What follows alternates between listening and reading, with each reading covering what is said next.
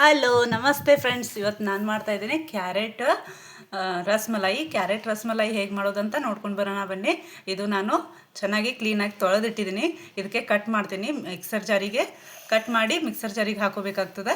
ಇವಾಗ ಕಟ್ ಮಾಡೋಣ ಬನ್ನಿ. ನೋಡಿ ಫ್ರೆಂಡ್ಸ್, ಈ ಥರ ಕಟ್ ಮಾಡಿ ಚಿಕ್ಕ ಚಿಕ್ಕದಾಗಿ ಕಟ್ ಮಾಡಿ ಇಟ್ಟಿದ್ದೀನಿ. ಇವಾಗ ಒಂದು ಮಿಕ್ಸರ್ ಬೌಲಿಗೆ ಹಾಕೋಬೇಕಿದು. ನಾನು ಎಲ್ಲವನ್ನು ಹಾಕಿ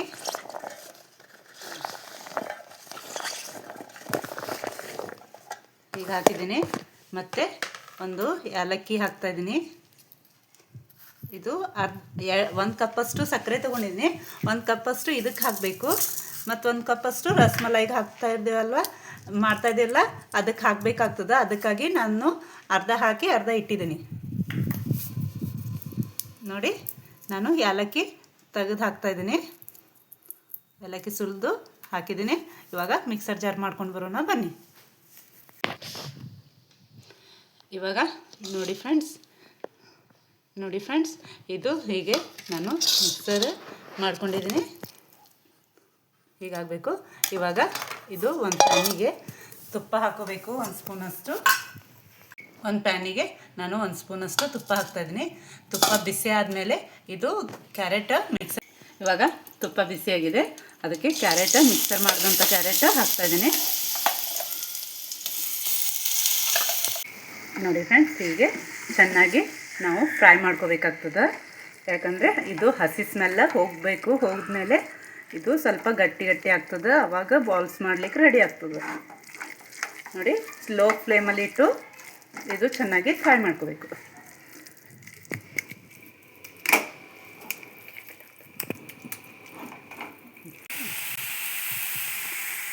ನೋಡಿ ಎಷ್ಟು ಚೆನ್ನಾಗಿ ಹೀಗೆ ನಾನು ಒಂದು 5-7 ನಿಮಿಷ ಚೆನ್ನಾಗಿ ಫ್ರೈ ಮಾಡಿದ್ದೀನಿ ಲೋ ಫ್ಲೇಮಲ್ಲಿ ಇಟ್ಟು.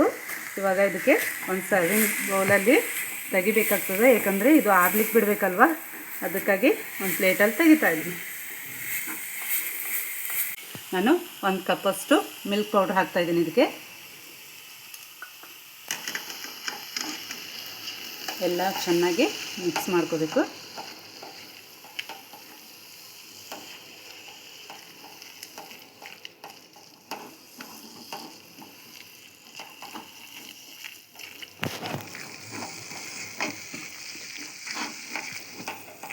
ಇವಾಗ ಒಂದು ತಟ್ಟೆಯಲ್ಲಿ ತೆಗಿತಾ ಇದ್ದೀನಿ.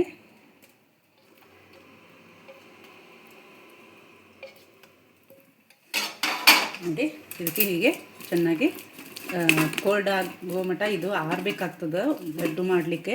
ಅದಕ್ಕಾಗಿ ಹೀಗೆ ಚೆನ್ನಾಗಿ ನಾನು ಆರಲಿಕ್ಕೆ ಇವಾಗ ಒಂದು ಸ್ವಲ್ಪ ಹೊತ್ತು ಫ್ಯಾನಿಗೆ ಇಡ್ತಾಯಿದ್ದೀನಿ. ಇವಾಗ ನಾನು ಒಂದು ಗ್ಲಾಸಷ್ಟು ಹಾಲು ತೊಗೋತಾ ಇದ್ದೀನಿ. ಇದು ಬಿಸಿ ಮಾಡಿದ ಹಾಲು ಇರ್ಬೋದು, ಇಲ್ಲ ಕೋಲ್ಡ್ ಇದ್ದಿದ್ದ ಹಾಲು ತೊಗೋಬೋದು. ಇವಾಗ ಒಂದು ಪ್ಯಾನಿಗೆ ನಾನು ಹಾಲು ಹಾಕ್ತಾಯಿದ್ದೀನಿ. ಇದು ಚೆನ್ನಾಗಿ ಹಾಲು ಮಿಲ್ಕ್ ಆಗಬೇಕು. ಗಟ್ಟಿ ಆಗೋ ಮಟನೂ ನಾವು ಇದಕ್ಕೆ ಹೀಗೆ ಫ್ರೈ ಮಾಡ್ಕೊತಾ ಇರಬೇಕು. ಎಷ್ಟು ನಾವು ಚೆನ್ನಾಗಿ ಗಟ್ಟಿ ಮಾಡ್ಕೋತೀವಿ ಹಾಲು, ಅಷ್ಟು ನಾವು ಮಿಲ್ಕ್ ರಬಡಿ ಆಗಲಿಕ್ಕೆ ರೆಡಿ ಆಗ್ತದೆ. ನಾವು ಇದು ತಳ ಹತ್ತಬಾರ್ದಂತ ಹೀಗೆ ಫ್ಯಾಟ್ ಆಗೋವರೆಗೂ ನಾವು ಹೀಗೆ ಕುದಿಸ್ತಾ ಇರಬೇಕು.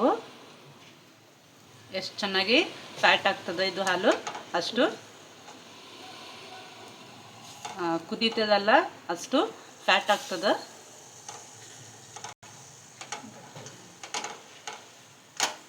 ಹೀಗೆ ಸ್ಪೂನ್ ತಿರುಗಿಸ್ತಾ ಇರಬೇಕು. ಇವಾಗ ನಾನು ಒಂದು ಗ್ಲಾಸಷ್ಟು ಕ್ರೀಮ್ ಮಿಲ್ಕ್ ತೊಗೋತಾ ಇದ್ದೀನಿ. ಎಲ್ಲ ಹಾಕಿ ಚೆನ್ನಾಗಿ ನಾವು ಸ್ಪ್ಯಾಚುಲಾಯಿಂದ ಚೆನ್ನಾಗಿ ತಿರುಗಿಸ್ಕೋಬೇಕು. ನೆಕ್ಸ್ಟ್ ಸಕ್ಕರೆ ಹಾಕಬೇಕು. ಇವಾಗ ನಾನು ಸಕ್ಕರೆ ಹಾಕ್ತಾಯಿದ್ದೀನಿ.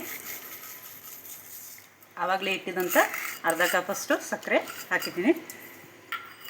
ಇವಾಗ ಈ ಏಲಕ್ಕಿ ಜಜ್ಜಿ ಹಾಕೊಳ್ಳೋಣ. ಇವಾಗ ಏಲಕ್ಕಿ ಜಜ್ಜಿದ್ದೀನಿ, ಚೆನ್ನಾಗಿ ಇದು ಹಾಕೋಬೇಕು.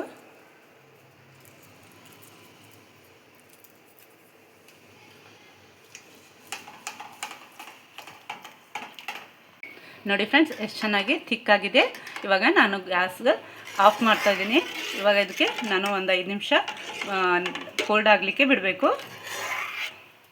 ನೋಡಿ ಫ್ರೆಂಡ್ಸ್ ಎಷ್ಟು ಚೆನ್ನಾಗಿ ಇದು ಆರಿದೆ ಮತ್ತು ಗಟ್ಟಿಯಾಗಿದೆ. ಇವಾಗ ಇದಕ್ಕೆ ನಾನು ಬಾಲ್ಸ್ ಮಾಡ್ಕೋಬೇಕು. ಇದು ಚಿಕ್ಕ ಚಿಕ್ಕದಾಗಿ ಮಾಡಿದರೆ ಆಯಿತು. ನೋಡಿ ಈ ಥರ. ನೋಡಿ ಫ್ರೆಂಡ್ಸ್ ಈ ಥರ ನಾನು ಉಂಡೆ ಮಾಡ್ಕೊಂಡಿದ್ದೀನಿ. ಇವಾಗ ಒಂದೊಂದಾಗಿ ರಬಡಿ ಒಳಗೆ ಇಡೋಣ ಬನ್ನಿ. ಹೀಗೆ ರಬಡಿಯಲ್ಲಿ ಹಾಕ್ಕೋಬೇಕು. ಒಂದು ಅರ್ಧ ತಾಸಷ್ಟು ಫ್ರಿಜ್ಜಲ್ಲಿ ಇಟ್ಟು ತಿಂದರೆ ಭಾಳ ರುಚಿಕರವಾದಂಥ ನಿಮಗೆ ಹಲ್ವಾ ರಬಡಿ. ಈ ಥರ ನಾನು ಎಲ್ಲ ರಬಡಿಯಲ್ಲಿ ಇಡ್ತಾಯಿದ್ದೀನಿ. ಇದು ಕ್ಯಾರೆಟ್ ರಬಡಿ ರೆಡಿ ಆಗ್ತದೆ. ಕ್ಯಾರೆಟ್ ರಸಮಲಾಯಿ ಆಗ್ತದೆ. ನೀವು ಫ್ರಿಜ್ಜಲ್ಲಿ 1 ತಾಸು ಇಲ್ಲಾಂದರೆ 30 ನಿಮಿಷ ಇದು ಚೆನ್ನಾಗಿ ಕೋಲ್ಡ್ ಆಗಲಿಕ್ಕೆ ಬಿಡಬೇಕು. ಇವಾಗ ಕಟ್ ಮಾಡಿದಂಥ ಡ್ರೈ ಫ್ರೂಟ್ಸ್ ಹಾಕ್ತಾಯಿದ್ದೀನಿ.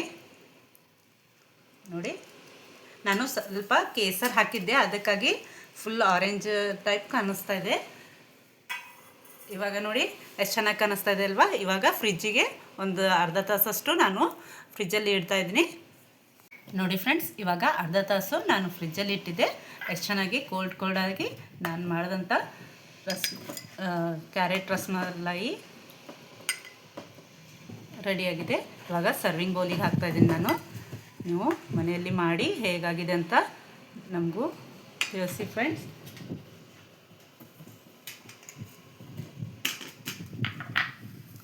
ನೋಡಿ ಎಷ್ಟು ಚೆನ್ನಾಗಾಗಿದೆ ಅಲ್ವಾ. ನೋಡಲಿಕ್ಕೂ ಎಷ್ಟು ಚೆನ್ನಾಗಿ ಕಾಣಿಸ್ತಾ ಇದೆ. ಇದಕ್ಕೆ ಮೇಲಿಂದ ನಾನು ಕಟ್ ಮಾಡಿದಂಥ ಡ್ರೈ ಫ್ರೂಟ್ಸ್ ಹಾಕ್ತಾಯಿದ್ದೀನಿ. ಮತ್ತು ಬೇಕಾದರೆ ನೀವು ಹಾಕೋಬೋದು. ಇದು ನೋಡಿ ಎಷ್ಟು ಚೆನ್ನಾಗಿ ಆಗಿದೆ ನಾನು ಮಾಡಿದಂಥ ರಬಡಿ. ಇದು ನೀವು ಮನೆಯಲ್ಲಿ ಮಾಡಿ ತಿಂದು ಹೇಗಾಗಿದೆ ಅಂತ ನನಗೆ ತಿಳಿಸಿ. ಮತ್ತು ಮಕ್ಕಳಿಗೂ ಮಾಡಿಕೊಡಿ. ವೆರಿ ಟೇಸ್ಟಿ ಆ್ಯಂಡ್ ಹೆಲ್ದಿ ಕೂಡ. ಸಬ್ಸ್ಕ್ರೈಬ್ ಮಾಡಿ. ವಿಡಿಯೋ ನೋಡಿದ್ದಕ್ಕೆ ಥ್ಯಾಂಕ್ ಯು ಫ್ರೆಂಡ್ಸ್. ನೋಡಿ ಎಷ್ಟು ಚೆನ್ನಾಗಿ ಆಗಿದೆ. Thank you.